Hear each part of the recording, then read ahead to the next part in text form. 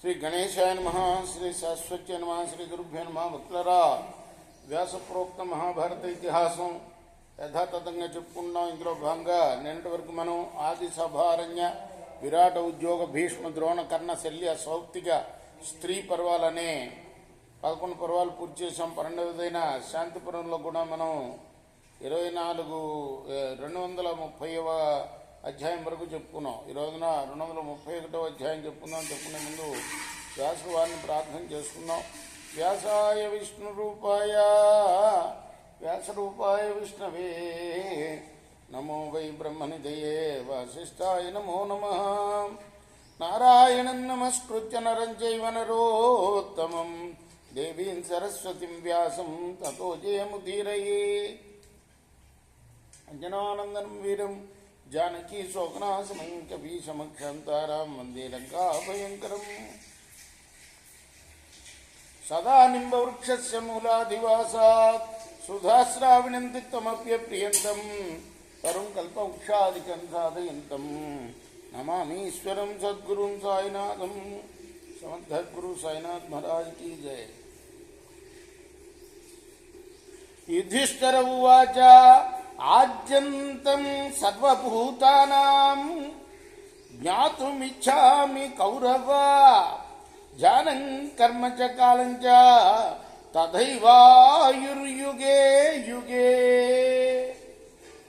మళ్ళీ ధర్మరాజు అడుగుతున్నాడు భీష్ముల వారిని, సమస్త ప్రాణుల యొక్క జనన మరణాల గురించి తెలియగోరుతున్నాను, ధ్యాన స్వరూపం గురించి తెలియగోరుతున్నాను, కర్మ గురించి తెలియగోరుతున్నాను, కాలం అంటే ఏమిటి, దాని స్వరూపం ఏంటో తెలియగోరుతున్నాను, యుగ యుగంలోనూ ప్రాణుల యొక్క ఆయు ప్రమాణం ఎంత ఉంటుందో తెలియగోరుతున్నాను, లోకతత్వంచ కాచ్యేన భూతానామాగతిం గతిం సర్గస్య నిధనం చైవ కుతయే తత్ప్రవర్తతే. లోకతత్వాన్ని గురించి కూడా పూర్తిగా తెలుసుకోవాలనుకుంటున్నాను. ప్రాణుల యొక్క రాక పోక సృష్టి లయలను గురించి కూడా, లయ అంటే సృష్టి స్థితి లయం, వీటన్నిటి గురించి కూడాను తెలుసుకోగలుగుతున్నాను. ఇదంతా ఎలా జరుగుతుందో తెలుసుకోవాలనుకుంటున్నాను. యది తేనుగ్రహే బుద్ధి అస్మాత్ స్వహ సతాంబర ఏతద్భవంతం పృచ్ఛామి తద్భవాన్ ప్రబ్రవీతు మే. సజ్జన శ్రేష్ఠ, మా మీద తమకు అనుగ్రహ భావన ఉంటే తమరు నాకు చెప్పాలి ఈ విషయాలు. ట్యాప్ ఇప్పి వెళ్ళారు.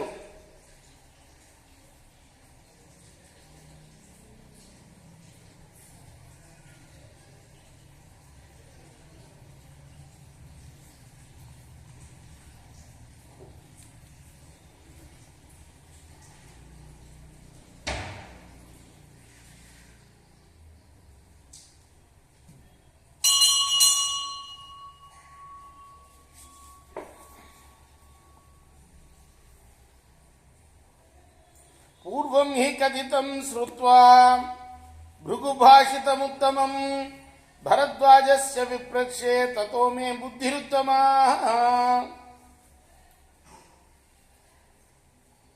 ఇంతకుముందు బ్రహ్మర్షి అయిన భరద్వాజునికి భృగుడు చెప్పిన విషయాలని తమరు చెప్పగా విని నాకు చక్కటి జ్ఞానం కలిగింది. జాత పరమధర్మిష్ట దివ్య సంస్థాన సంస్థిత తతో భూయస్సు పృచ్ఛామి తద్భవాన్ వక్తుమర్హతి. నా బుద్ధి పరమ ధర్మిష్టమై దివ్యస్థితిని పొందింది. అందువల్ల మళ్ళీ అడుగుతున్నాను, తమరు నాకు చెప్పాలి నేను అడిగిన విషయాలు. భీష్మ ఉవాచ అత్ర తే వర్తయిష్యేహం ఇతిహాసం పురాతనం జగౌ యద్భగవాన్ వ్యాసః పుత్రాయ పరిపృచ్ఛతే. విష్ణువారు చెప్పడం మొదలుపెట్టారు. ఆయన ఇదివరకు ఇదే విషయం శుకులు వారు వ్యాసుని ప్రశ్నించాడు. వ్యాసుల వారు చెప్పిన విషయాలనే ప్రాచీన ఇతిహాసంగా అందరు చెప్పుకుంటూ ఉంటారు.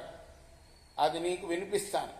అధీత్య వేదానఖిలాన్ సాంగోపనిషదస్తథా అన్విచ్చన్నైష్టికం కర్మ ధర్మ నైపుణదర్శనాత్ కృష్ణద్వైపాయనం వ్యాసం పుత్రో వైయాసకి సుఖ సప్రచ్చ సందేహమిమం చిన్న ధర్మార్థ సంశయం.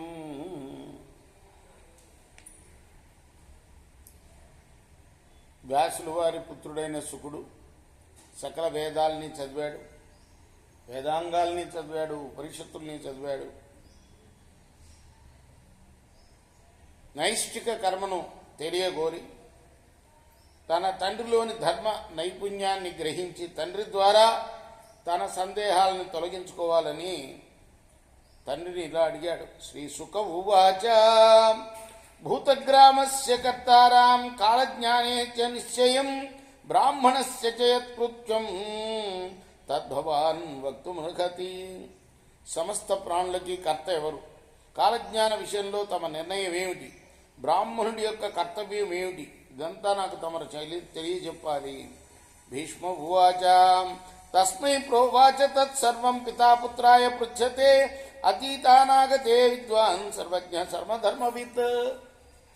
భీష్ముడు అన్నాడు, భూత భవిష్యత్తుల్ని సర్వధర్మాల్ని తెలిసి సర్వజ్ఞుడైన తండ్రి తన కొడుకు ప్రశ్నించగా సర్వ విషయాలను ఆయన వివరించాడయ్యా ధర్మరాజా. వ్యాస ఉవాచ అనాద్యంతమజం దివ్యం అజరంధ్రోమవ్యయం అప్రతర్క్యం అవిజ్ఞేయం బ్రహ్మాగ్రే సంప్రవర్తతే. సృష్ట్యారంభ దశలో అనాది అనంతుడు, దివ్యుడు, అజరుడు, శాశ్వతుడు, అవ్యయుడు, వికారరహితుడు, అతర్క్యుడు, అవిజ్ఞేయుడు అయిన బ్రహ్మ మాత్రమే ఉండేవాడు. కాష్ట నిమేష దశ పంచచైవ త్రింశత్తు కాష్ట గణయేత్ కలాంతాం త్రింశత్కలాశ్చాపి భవేన్ముహూర్త భాగ కళాయా దశమస్య యః స్యాత్. 15 నిమిషాలు ఒక కాస్ట్ అంటారు. అంటే కాలం గురించి చెప్తున్నాడు. 30 కాస్టలు ఒక కళ, 30 కళలు 3 కాష్టాలు కలిస్తే ఒక ముహూర్తం. త్రిశన్ముహూర్తంతో భవేదహశ్చ రాత్రిస్య సంఖ్యా మునిభిః ప్రణీత మానస్మృతో రాజ్యహనీత త్రింశద్ సంవత్సరో ద్వాదశ మాస ఉక్తః. 30 ముహూర్తాలు ఒకరోజు. నిమిషం అంటే ఈ మన ఇంగ్లీష్ నిమిషం కాదు, మినిట్ అనే దానికి నిమిషం అంటున్నాం. నిమిషం అంటే కనురెప్ప ఒకసారి మూసి తెరిస్తే అది నిమిషం అంటారు. అటువంటి 15 నిమిషాలు ఒక కాస్త. అది మన సంస్కృత లెక్క.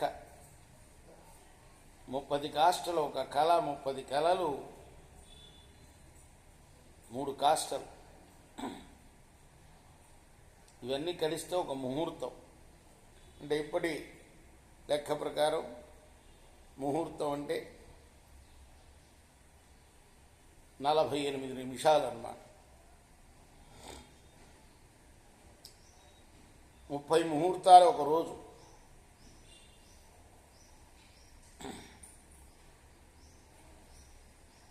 మహర్షులు ముహూర్తాన్ని అలాగనే పరిగణించారు. 30 రోజులు ఒక నెల, 12 నెలలు ఒక సంవత్సరం.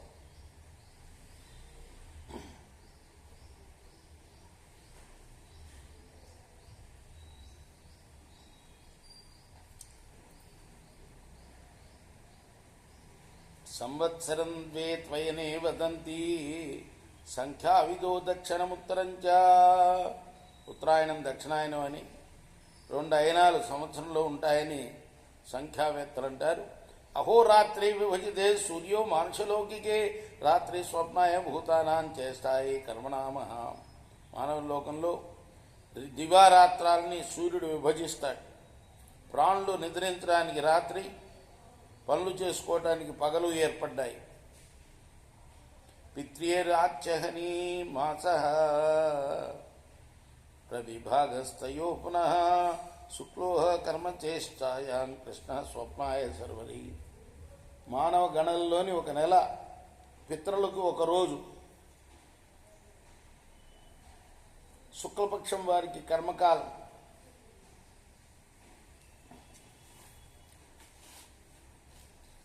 పగలు కృష్ణపక్షం వారికి కర్మకాలం పగలైతే నిద్రాకాలం కృష్ణపక్షం. రేపు మనం 16వ శ్లోకం నుండి కొనసాగిద్దాం. కృష్ణార్పణమస్తు. స్వస్తి ప్రజాభ్యః పరిపాలయంతాం న్యాయేన మార్గేణ మహిమీషా. గోబ్రాహ్మణేభ్యः శుభమస్తు నిత్యం. లోకాः సమస్తాः సుఖినో భవంతు. కృష్ణార్పణమస్తు. సాయి కృష్ణార్పణమస్తు.